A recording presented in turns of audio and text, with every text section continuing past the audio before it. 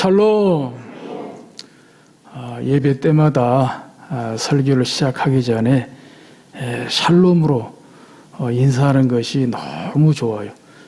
샬롬으로 인사하니까 과연 우리 사이에 주님의 평안이 찾아오게 되는 것을 피부로 느끼고 또 마음으로 느끼게 되는 것입니다. 아무쪼록 이 코로나 위기 가운데에서 여러 가지로 불편함이 따르지만은 그래도 이렇게 예배로 모이게 되고 또 서로 만나게 돼서 얼마나 반갑고 감사한지 모르겠습니다. 어려울 때일수록 서로 위로하고 격려하며 서로 사랑하고 축복하며 용기를 북돋아주는, 그래서 힘내서 돌아가실 수 있기를 주의 이름으로 축복합니다. 창세기 46장에서 50장까지 후반부에 보게 되면 야곱의 애굽 이주와 요셉의 유언이 나와 있습니다. 즉 야곱이 가족을 거느리고 애굽으로 들어가는 내용이 잘 나와 있습니다. 그리고 마지막에 요셉의 유언이 나와 있지요. 거기에 대한 자세한 것 궁금하시면은 몇 장 안 되니까 따로 시간을 내서 읽어보시면 좋겠습니다. 그리고 창세기 마지막 장 50장에서 출애굽기 1장 넘기는 데에는 한 장이니까 1초도 안 걸릴 텐데 400년의 시간이 있습니다. 400년의 시간.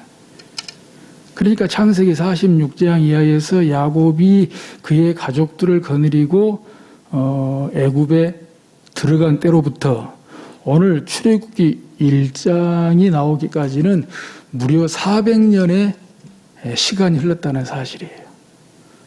그 400년의 시간 가운데에서 대략 300년 정도는 편안하게 살았습니다. 요셉이 살았을 때는 요셉의 권세, 요셉의 권력, 또 요셉이 죽은 뒤에도 한동안 그 요셉의 명성과 후광으로 이 히브리 백성들이 애굽에서 편안한 그런 삶을 살 수가 있었어요. 그런데 뒤에 한 100여 년 정도 이제 어려움을 당해요. 그야말로 노예살이로 전락하게 됩니다. 그것은 우리 오늘 본문 앞에 나오는 출애굽기 1장 전반부에 쭉 보게 되면 요셉을 알지 못하는 새 왕이 일어났다.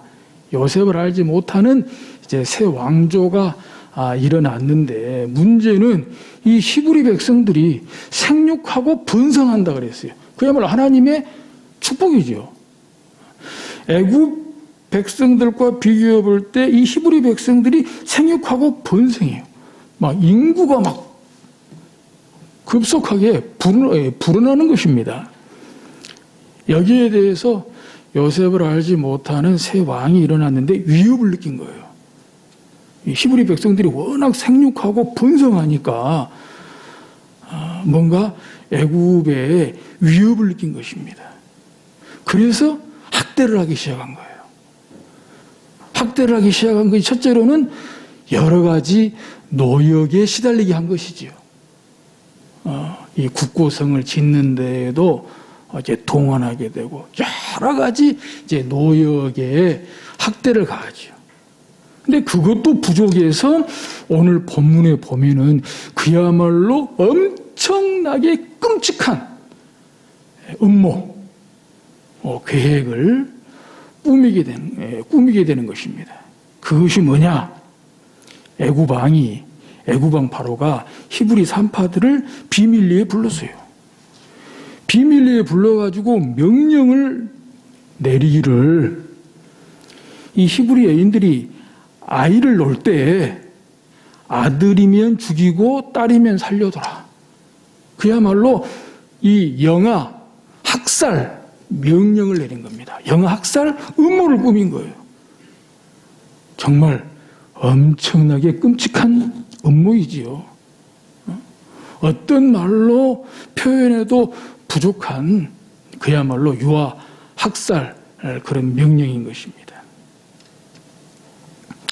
15절 16절에 보니까 애굽 왕이 히브리 산파 십부라라 하는 사람과 부하라 하는 사람에게 말하여 16절 이르되 너희는 히브리 여인을 위하여 해산을 도울 때에 그 자리를 살펴서 아들이거든 그를 죽이고 딸이거든 살려두라. 죽이느냐 살리느냐 이것이 문제로다. 죽느냐 사느냐 이것이 문제로다. 여러분 같으면 어떻게 하시겠습니까? 여러분이 당시에 히브리 산파라고 하면 애굽 왕 바로의 명령대로 이 히브리 남자 아이를 죽이겠습니까? 살리겠습니까? 또 히브리 애굽 왕 바로의 명령을 거역해서 히브리 남자 아이를 살려준다고 했을 때 그 다음에 불어닥칠 위기와 위험은 또 무엇이겠습니까? 그렇다고 볼 때 여러분들이 당시 히브리 산파라고 하면 바로의 명령대로 히브리 남자아이를 죽이겠습니까? 아니면 바로 왕의 명령을 거역해서 히브리 남자아이를 살리겠습니까? 이게 보통 심각한 문제가 아니라는 거예요. 히브리 남자아이를 죽이지 않고 살렸을 때 쉽게 예측할 수 있는 것은 그 대신 내가 죽을 수 있어요. 이 사실이 탄로난다고 했을 때 히브리 남자아이를 살려준 대가로 히브리 산파가 죽을 수 있다 이 말입니다. 문제는 그것만으로 끝나지 않을 수 있죠. 끝나지 않죠. 그 히브리 산파들의 가정의 자녀들에게 또 더 크게 어떤 회오리 바람이 불어닥칠 줄은 정말 상상만 해도 끔찍한 일이에요.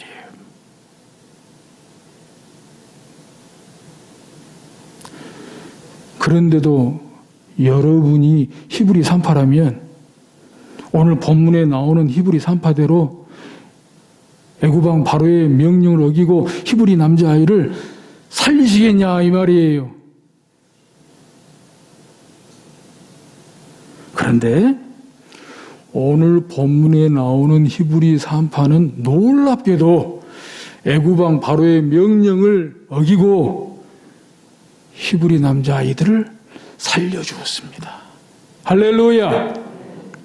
그러면 왜일까요? 왜 히브리 산파들이 애굽 왕 바로의 명령을 어기고 히브리 남자아이들을 살려주었을까요?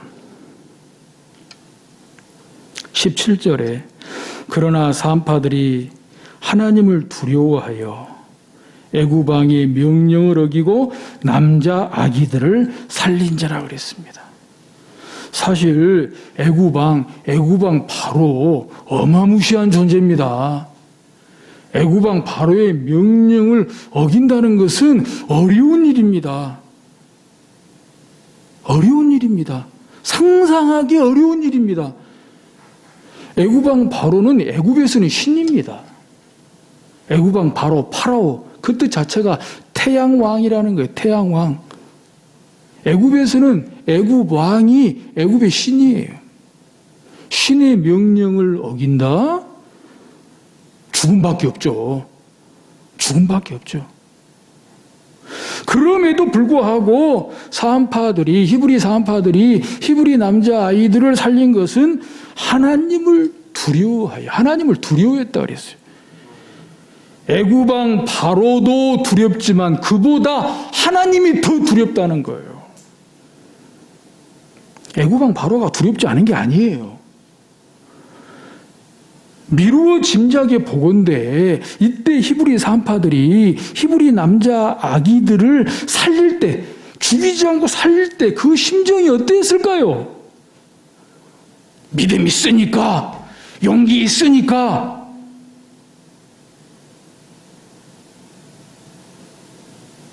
그건 아닐 거라고 봐요. 연약한 인간이지라. 그럼에도 불구하고 믿음을 내고 용기를 내긴 내는데, 그 히브리 남자 아기들을 죽이지 않고 살리려고 받아낼 때 그 손이 부들부들 떨리지 않았겠습니까? 부들부들 떨리지 않았겠어요? 심장이 콩닥콩닥 두근두근 떨리지 않았겠어요? 그럼에도 불구하고 결론은 애굽왕 바로보다 하나님이 더 두려우신 분이라는 거예요. 하나님이 두려워서 히브리 남자 아기들 애굽왕 바로의 명령대로 죽일 수 없다는 거예요. 하나님이 두려워서 히브리 남자 아이들, 그 아기들 살려야 된다는 거예요. 하나님이 두려워서. 하나님이 눈이 시퍼렇게 뜨고 보고 계시는데 하나님이 두려워서 어떻게 그 생명을 죽이냐는 거예요. 살아있는 생명을, 살려고 나오는 생명을, 살고 싶은 그 생명을, 그것도 내 민족, 내 동족의 생명을 하나님이 두려웠어요. 자, 조금 더 깊이 들어가서 볼 때 이 히브리 산파들이 애굽왕 바로보다 하나님이 더 두려워서 애굽왕 바로의 명령을 어기고 하나님을 경외함으로 이 히브리 남자 아기들을 살릴 때 손 부들부들 떨려가면서 심장 두근두근 떨려가면서 그 히브리 남자 아기들을 살릴 때 자기 죽을지도 모르면서, 이 히브리 남자 아기들 살리면 자기 죽을지도 모르는데, 남의 자식 살리려고 하다가 내 자식 죽을지도 모르는데 더 큰 위험 닥칠 줄도 모르는데 어떻게 이 히브리 남자 아기들을 살리냐는 거예요. 하나님이 두려워서 어떻게 살리냐는 거예요. 그건 답이 간단합니다. 제가 아주 어렸을 때, 초등학교 다닐 때 기억이 나요. 초등학교 다닐 때 우리 동네 그 시내에, 시내지요. 차들이 다니는 시내인데 뭐 옛날에서 얼마나 차들이 많이 다녔겠습니까? 근데 지금으로 말하면 덤프트럭이에요. 근데 우리 어릴 때에는 모르니까 도락구 일본 말인지도 모르고 도락구 그랬어요. 도락구에 그 덤프트럭에 그 당시 아주머니 한 분이 치여서 돌아가셨어요. 근데 돌아가신 이유가 그때 정말 막 구경 아닌 구경이 났거든요. 어떤 아이가 그 차에 치일 뻔했어요. 어린 아이가 그 차에 치일 뻔했는데 지나가던 아줌마가 그 아이를 살리려고 그 차에 뛰어든 거예요. 그래서 그 아이는 살리고 그 아줌마가 생명을 잃은 거예요. 뒤에 알고 보니까 그 아이의 엄마가 아니에요. 그냥 지나가던 아줌마였어요. 근데 오늘 본문을 보면서 공감되는 것은 내 자식이라고 생각 안 했으면 그렇게 했겠냐는 거예요. 내 자식이라고 생각 안 했으면 지나가던 아줌마가 어떻게 그 아이를 구하려고 그 차에 뛰어듭니까? 치일 뻔한 그 아이를 구합니까? 그 순간에 그냥 모성의 본능이 발동해가지고 내 자식이라고 생각하니까 내 자식 구하려고 그렇게 뛰는 것 아니겠습니까? 바로 오늘 본문에 히브리 산파도 마찬가지 심정이었을 거라고 믿어 의심치 않습니다. 단순히 산파가 아니라 단순히 산파로서 히브리 남자아이를 받아내고 살려내는 것이 아니라 이는 내 자식이다. 내 자식이다. 내 자식 살려야지. 바로 왕의 애굽왕 바로의 명령을 어기더라도 내 자식을 살려야지. 이것이 하나님이 두려워서, 하나님을 경외함으로 이와 같은 히브리 산파들의 위대한 결단이 있었다고 믿습니다. 그런 히브리 산파들에게 하나님께서는 그 신은혜를 베푸셨어요. 인간적으로는, 인간의 생각으로는 히브리 남자 아기들 살리고 나면 산파들도 잘못하면 죽고, 오히려 히브리 산파들의 자식들이 죽고, 그런 일들이 생길 줄 알았으나 19절, 20절, 21절 보세요.